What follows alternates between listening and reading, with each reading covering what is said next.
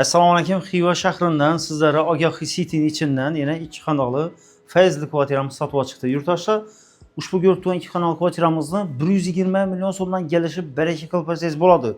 Lekin asatga kreditlari bor. Unani oy-moy to'lab o'tiraverasizlar. Peraframiniya qilib adınızı o'tirib beradi ekanlar. 56 kvadrat metr 17,5% dedilar. Plus minus bilan ipoteka kredit asosida olingan. Oylik to'lovi 3,5 milyon so'mdan ekan har oyna. 5 yil oldin to'lasangizda şimdi imtiyazları var ekan üstüne min middet tuttular. Yani faiz min miydi? Bemalol gelişeverasizlar xullas. Giraverishimiz, perxojimiz, полностью super mo'sh aboydan chiqqan kvartiramız. Ayak tellerimiz kafel perxoji.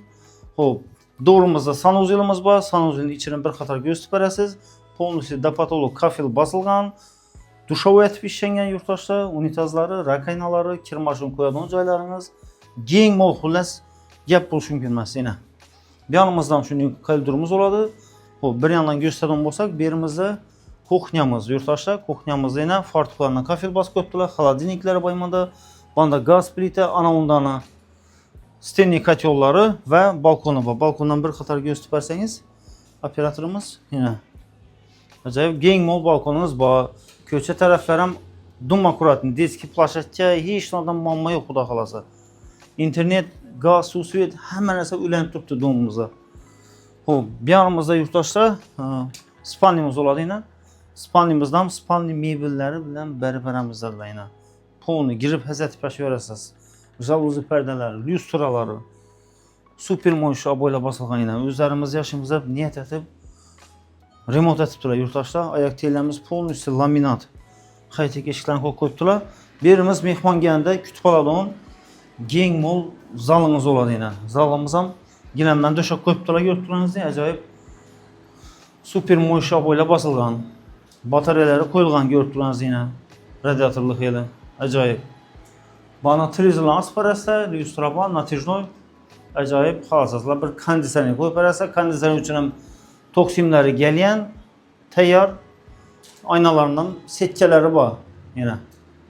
Görüp turganingizdek. Xullas, общий summası 350 milyon so'mdan gelişirdi. Aytilishi bo'laveradi, sotib olinib bereket qilinadigan narx boshqa.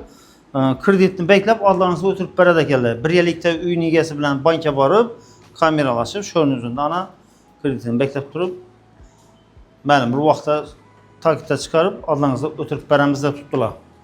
Ekransida kelgan nominalga chiqarsa, xohlasangizlar 120 milyon so'm oldindan gelişib olasizlar, undan ham qaytib beramiz dedilar 120 dan. Ana keyin asatga kreditini to'lab o'tiraverasizlar. 19 yil asatga krediti bor dedilar.